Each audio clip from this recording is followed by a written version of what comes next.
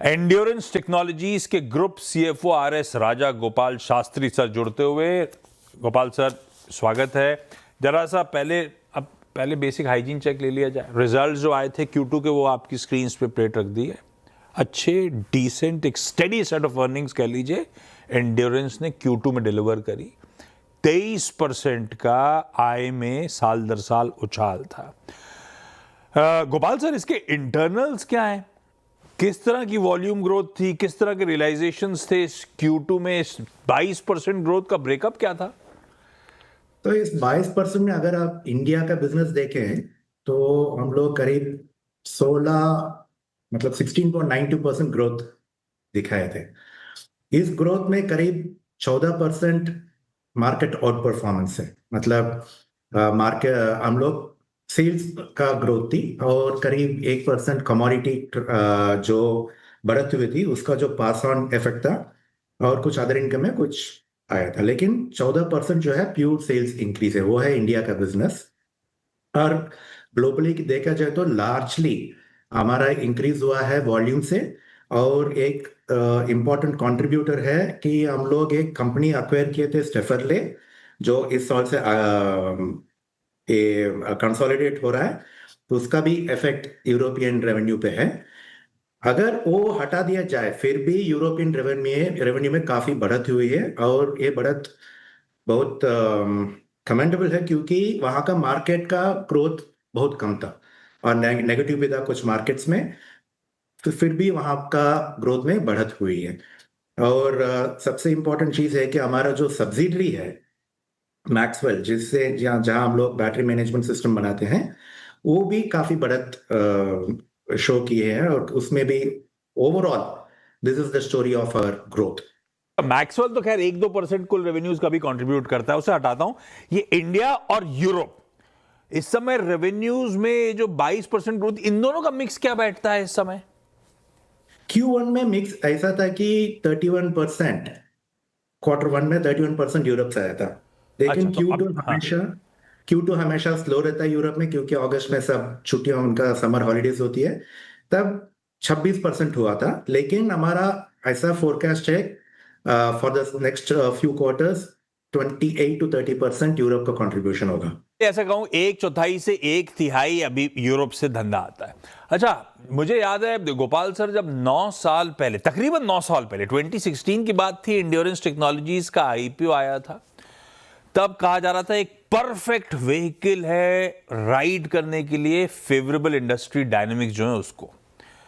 और वाकई बढ़िया रहा। उस टाइम पे इशू प्राइस था 472 रुपीज और इस साल के हाईस 3000 के पार जाता हुआ एंड्योरेंस टेक नजर आएगा। 6 गुना भागा है इस दौरान ये स्टॉक। तो अच्छा, आज की परिस्थिति थोड़ी अलग है। अब वो डिमांड एनवायरनमेंट थोड़ा सा कह रहे हैं, थोड़ा सा पस्त है। वो तो जीएसटी 2.0 आया तो थोड़ा बहुत थ्रस्ट मिल गया, तो थोड़ा बहुत पुश बढ़िया सा मिल गया। अदरवाइज उसके बिना तो मामला गड़बड़ाया हुआ था। अब वो इनिशियल पुश के बाद दरअसल आपका असेसमेंट, आप तो तमाम ओईएम्स को, चाहे 2 व्हीलर हो 4 व्हीलर हो, सबको सप्लाई करते हैं डोमेस्टिक मार्केट्स में। आप ज्यादा अच्छे बैरोमीटर हो बताने के लिए मूड एक्चुअली है कैसा। वो 2.0 के इनिशियल पुश के बाद अब इन्वायरमेंट दिख कैसा रहा है सर?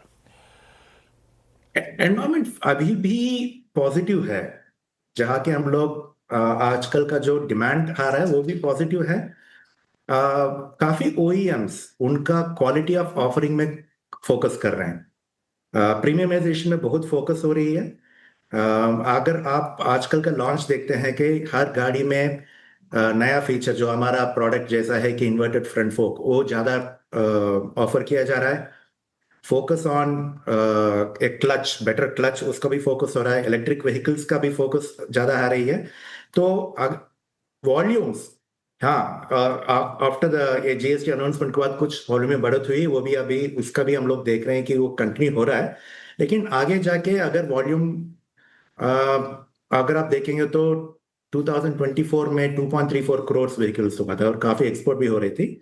काफी इंडियन व्हीकल्स अभी एक्सपोर्ट मार्केट भी एड्रेस कर रहे हैं, वहां भी उनका प्रेजेंस हो रही है। तो portfolio is getting widened and इनका जो कैपेबिलिटी है कि डोमेस्टिक स्लो डाउन कॉम्पनसेट करना एक्सपोर्ट से, या एक्सपोर्ट डोमेस्टिक मार्केट का जो भी अपस्विंग है उसको भी कैटर करना, ये कैपेबिलिटीज बढ़ते जा रहे हैं।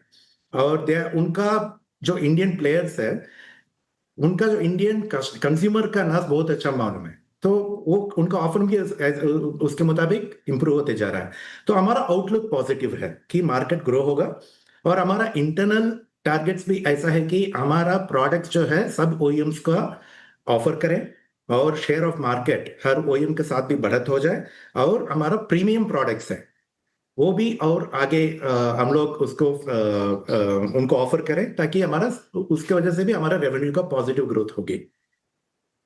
दो चीजें इससे, जब मूड अच्छा है तो एक तो इन्वेस्टर प्रेजेंटेशन में आपने कहा FY26 में अब तक, मतलब वो पहली छमाही फर्स्ट 6 मंथ्स की बात हो रही होगी, कि हमने इंडियन मार्केट्स में 909 करोड़ के और यूरोप में 12.7 मिलियन यूरोस के अब तक डील्स बैक करी, ऑर्डर्स बैक करे।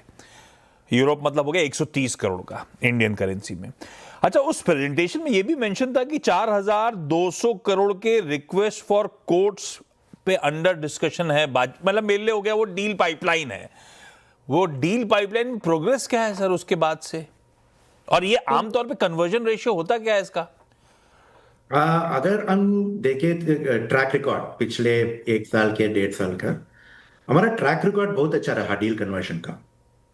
क्योंकि जो सॉल्यूशन हम लोग ऑफर करते हैं, या यूरोप में या इंडिया में, सॉल्यूशन पूरा होता है। हमारा अपना टेस्ट ट्रैक है, अपना R&D है। जो भी ओईएम अपने लिए एक नया प्रोग्राम लेके आते हैं, उनके लिए right from designing, testing, validation, certification और डिलीवरी सब हमारे पास बहुत जल्दी होता है। और हम लोग उनको ये सब लोकल होने की वजह से, लोकल कैपेबिलिटी, लोकल प्रोडक्ट्स, इनके वजह से हमारा प्राइसिंग भी कॉम्पिटिटिव होता है। इसके वजह से हमारा कन्वर्जन रेट अच्छा रहा। यही चीज अगर हम यूरोप में देखेंगे, जहां मार्केट में सब सप्लायर्स का स्ट्रेंथ बहुत कम है और फाइनेंशियली बहुत स्ट्रेस्ड है, यूरोप का फाइनेंशियल मैनेजमेंट काफी स्ट्रांग रहा। उसके वजह से उनका इन्वेस्ट करने का ताकत, जब ओईएम आते हैं नया प्रोग्राम लेके, इन्वेस्ट करने के लिए ताकत उनका ज्यादा है। उसके वजह से काफी ऑर्डर्स उनको भी मिल रहा है। तो एक कैपेबिलिटी की वजह से अपना कन्वर्जन रेट अच्छा रहा। और हम आशा, ये उम्मीद है कि आगे भी अच्छा ही रहेगा। बिल्कुल, ये तो हम as an investor, stakeholders, हम भी एक्सपेक्ट करते हैं। अच्छा, मैक्सवेल की सर आपने चर्चा करी थी अप फ्रंट, वो मैक्सवेल एनर्जी का अपडेट था कि एक होली ओन नाम बना लिया आपने, 100% स्टेक एक्वायर कर लिया था। जब मेरे ख्याल से एक्विजिशन करा था इनिशियली, तब वो बैटरी मैनेजमेंट सर्विसेज में पकड़ बनानी थी आपको, पर अब मैक्सवेल एक्वायर्ड है, ईवी का चलन तूल पकड़ रहा है। क्या ईवी सेंट्रिक प्रोडक्ट लाइन और बढ़ाना इज ऑन द कार्ड्स? ऐसा हो रहा है कि मैक्सवेल के थ्रू ऐसा कुछ करने की तैयारी हो रही है, या वो प्योरली वो बैटरी मैनेजमेंट में ही हम लोग वहां पे रहेंगे? इस क्वार्टर में हमारा total order booking on for electric vehicles 412 crore था। उसमें करीब 300 करोड़ अपना नया बैटरी पैक मैन्युफैक्चरिंग हम लोग शुरू किए हैं, चाकन का एक प्लांट में, मिंडवाड़ी में एक प्लांट में, उसके लिए मिला है। ये बैटरी पैक मैन्युफैक्चरिंग एक फॉरवर्ड इंटीग्रेशन है। जो BMS सबसे इंपॉर्टेंट चीज होती है एक बैटरी पैक में, वो जब हम बना रहे हैं, तो हम ये भी बना रहे हैं कि एक बैटरी पैक भी असेंबल हो जाए। सो अब हमारा ही बैटरी मैनेजमेंट सिस्टम, जो हम लोग बैटरी पैक बना रहे हैं, उसमें जाएगा। तो ये दोनों मिलके एक वैल्यू प्रोपोजिशन, एक कंप्लीट पैकेज हम लोग जो कस्टमर्स को ऑफर करेंगे, वो इंप्रूव होगा। और BMS जो है, मैक्सवेल सिर्फ BMS ही नहीं बनाता है, वो मोटर कंट्रोल यूनिट भी बना रहे हैं, और ये BMS भी काफी और एप्लीकेशंस के लिए भी ऑफर कर रहे हैं। तो ये दोनों मिलके, और एंड्योरेंस का भी आप देखें तो काफी हम सब जो बनाते हैं सस्पेंशन, ब्रेकिंग, ये ईवी एग्नोस्टिक है, और अलॉय व्हील्स, ये अगर ईवी और नॉन ईवी दोनों के लिए ये जाता है। तो अपना ईवी स्टोरी बहुत ही स्ट्रांग है। और यूरोप में भी उस 13 करोड़ में मेजॉरिटी जो है वो हाइब्रिड और ईवी का ही मिला है ऑर्डर्स। गोपाल सर, ये अब वो एक मॉर्थ का, ministry of road transport highways का वो ड्राफ्ट नोटिफिकेशन कहता है कि तैयारी ऐसी हो रही है कि 2 व्हीलर्स में ABS एंटी ब्रेकिंग सिस्टम को मैंडेट कर दिया जाए, कंपलसरी कर दिया जाए।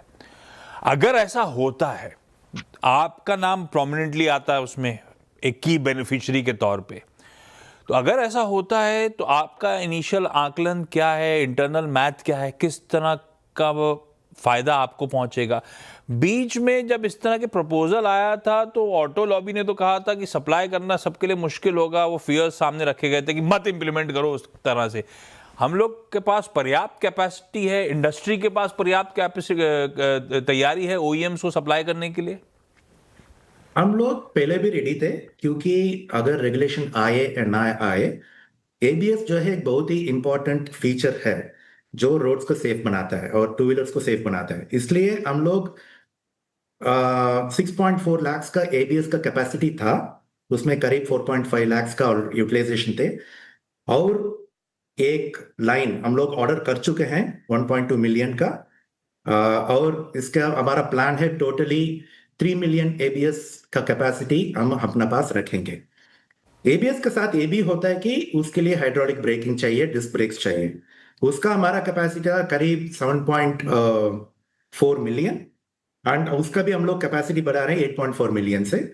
और एक प्लांट हमारा अभी कंस्ट्रक्शन चालू हो गया चेन्नई के नजदीक में, ताकि वहां का जो कस्टमर्स है उनके लिए हम लोग ब्रेकिंग और एबीएस जो भी है सप्लाई कर सके।